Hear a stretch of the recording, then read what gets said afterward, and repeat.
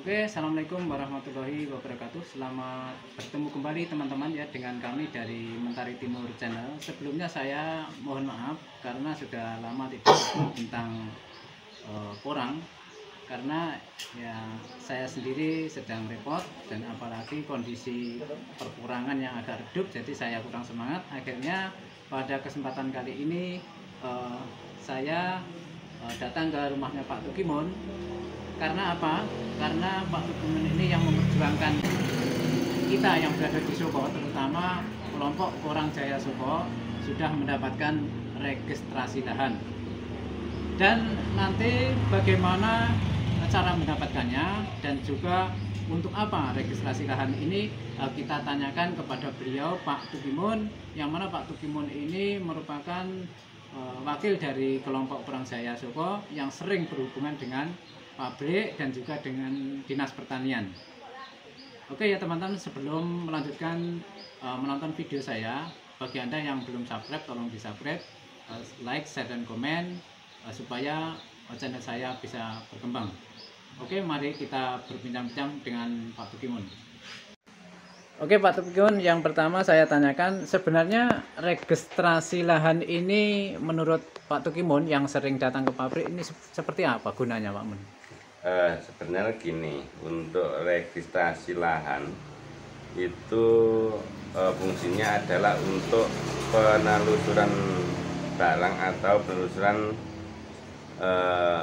dari mana asal hasil produksi pertanian kita. Jadi menurut informasi dari rumah kemas atau perusahaan-perusahaan atau industri, untuk memenuhi standarisasi ekspor, memang pihak negara yang tujuan itu mintanya itu adalah harus ada registrasi rumah kemas yang dilampiri dengan registrasi dari lahan pertanian. Berarti registrasi ini harus dipunyai apabila atau mungkin sebagai syarat untuk pabrik ekspor ke luar negeri itu Pak? Insya Allah seperti itu Pak Manti.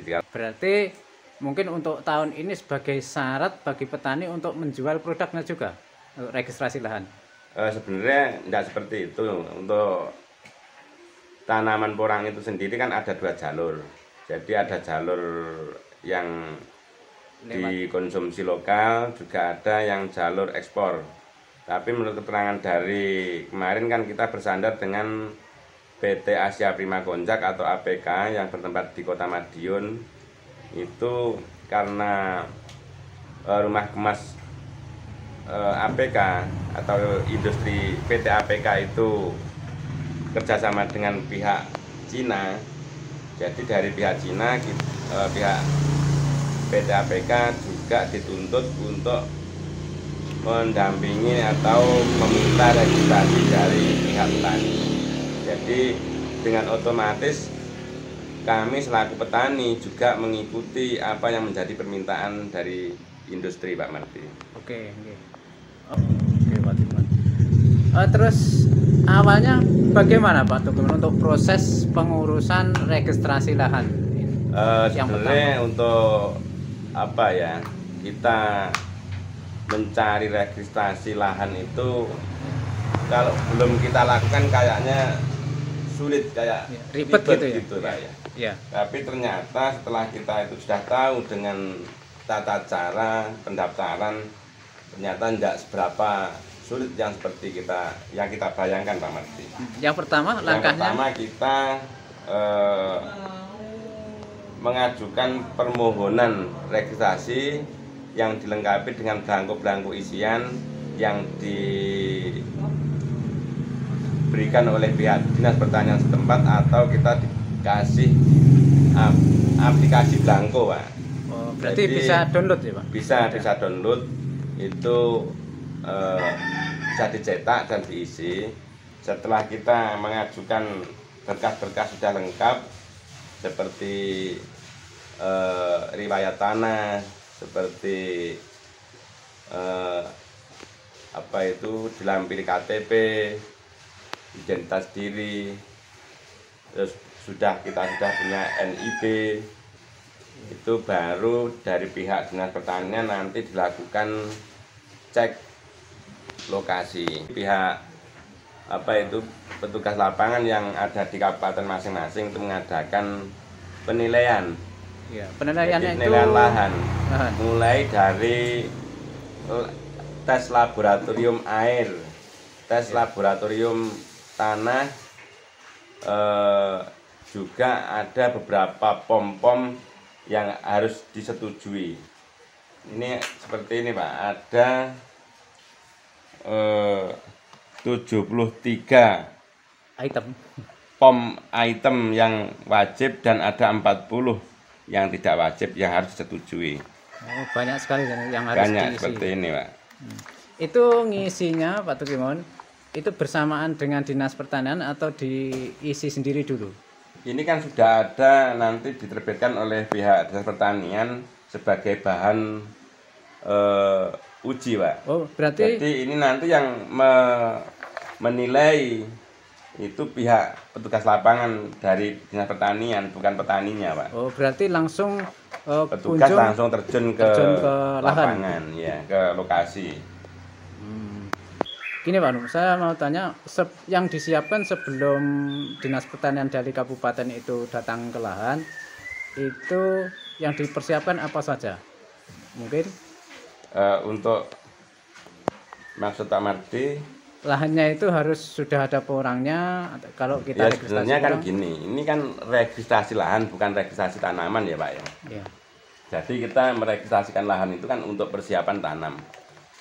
Jadi ya kondisi lahan apa adanya Pak. Itu lahan yang akan diregistrasi itu betul-betul memenuhi standar atau tidak. Mungkin ya salah satunya lahan itu jauh dari limbah industri, ya jauh dari limbah-limbah yang berbau kimia. Intinya lahan itu harus betul-betul memang standar, memenuhi standar pertanian.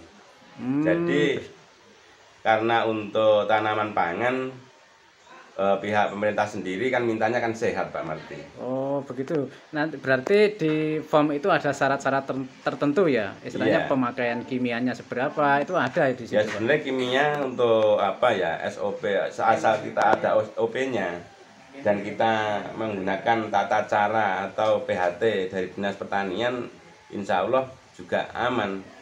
Karena mungkin untuk takaran-takaran kan ditentukan, tidak ngawur. Nanti kita kemanakan itu Pak untuk keterangan registrasi itu Pak Mon? Kan gini Pak ya, untuk registrasi lahan ini kan sebenarnya untuk pegangan para petani. Tinggal petani ini bersandar kepada siapa, untuk perusahaan mana. Kalau kita dari kelompok Porang Jaya Soko kan bersandarnya pada PT Asia Prima Konjak. Jadi selepas kita menerima bukti registrasi SK surat keterangan registrasi kebun atau lahan usaha ini, kita fotokopi langsung kita kasihkan ke pihak pabrik. Tapi pabrik itu sendiri kan ada pintu-pintu, jadi kita harus lewat pintu siapa. Umpama kita belum punya istilahnya hubungan dengan supplier atau yang punya DO, terus kita membuat registrasi itu juga boleh, bisa sebenarnya ya? Ya juga perlu, nanti kan dari masing-masing kabupaten kan ada toh Pak nanti yang menata. Karena apa, untuk kebutuhan perusahaan itu kan ya banyak sekali. Sekarang kan ada berapa puluh perusahaan di Jawa Timur. Sedangkan untuk yang mengajukan registrasi ini kemarin di bulan Maret ya, itu dengar-dengar, tapi ya pastinya seperti apa kita kurang paham, baru ada 6 perusahaan yang sudah lolos di IKT, yang sudah diajukan di GACC. Nah untuk selebihnya ini mungkin kan semua juga akan registrasi nanti ke depan. Jadi kalau saya selaku petani porang ya tidak ragu-ragu lagi, karena ternyata pihak perusahaan-perusahaan yang berusaha untuk istilahnya berjuang untuk menembus keran ekspor itu banyak, dan kebutuhan lokal pun ya juga banyak gitu kan. Nah, ini ada lagi pertanyaan Pak Tugiman. Seperti ini, kondisi sekarang itu kan hari-hari ini, waktu-waktu ini di bulan April ini Pak Tugiman ya, belum ada harga, terus katanya pabrik belum buka. Itu harapannya Pak Tugiman selaku petani porang dan sudah mendapatkan registrasi lahan seperti apa Pak Tugiman? Untuk kami selaku petani, harapannya adalah kita harus ada kerjasama yang bagus antara petani, pihak industri, dan pihak yang negara-negara yang akan menerima barang kita. Artinya dari pihak petani sendiri kita harus disiplin, menjaga kualitas barang, memenuhi standarisasi permintaan yang pihak ekspor, ya. Jadi nanti untuk pihak perusahaan sendiri tidak mengalami kerugian, pihak petani sendiri juga diuntungkan. Jadi intinya kita harus ada semacam kerjasama yang kuat Pak, saling menguntungkan. Jadi pihak petani sendiri menjaga kualitas, untuk perusahaan sendiri berusaha untuk menerima barang dari petani dan berjuang untuk menjualnya ke negara-negara tujuan. Jadi negara kita nanti mohon maaf, barang-barang hasil produksi kita itu nanti di negara-negara tujuan atau negara-negara konsumsi nanti ya intinya kualitas terakui lah. Ya, terima kasih Pak Tugiman ya atas keterangannya. Semoga bermanfaat bagi kita, khususnya bagi petani porang ya Pak Mun. Semoga petani porang semakin hari tidak semakin seperti ini. Tetap semangat, ya. Tetap semangat. Nanti mudah-mudahan porang tetap laku dan harganya sesuai dengan harapan para petani Pak Tugiman ya. Iya betul.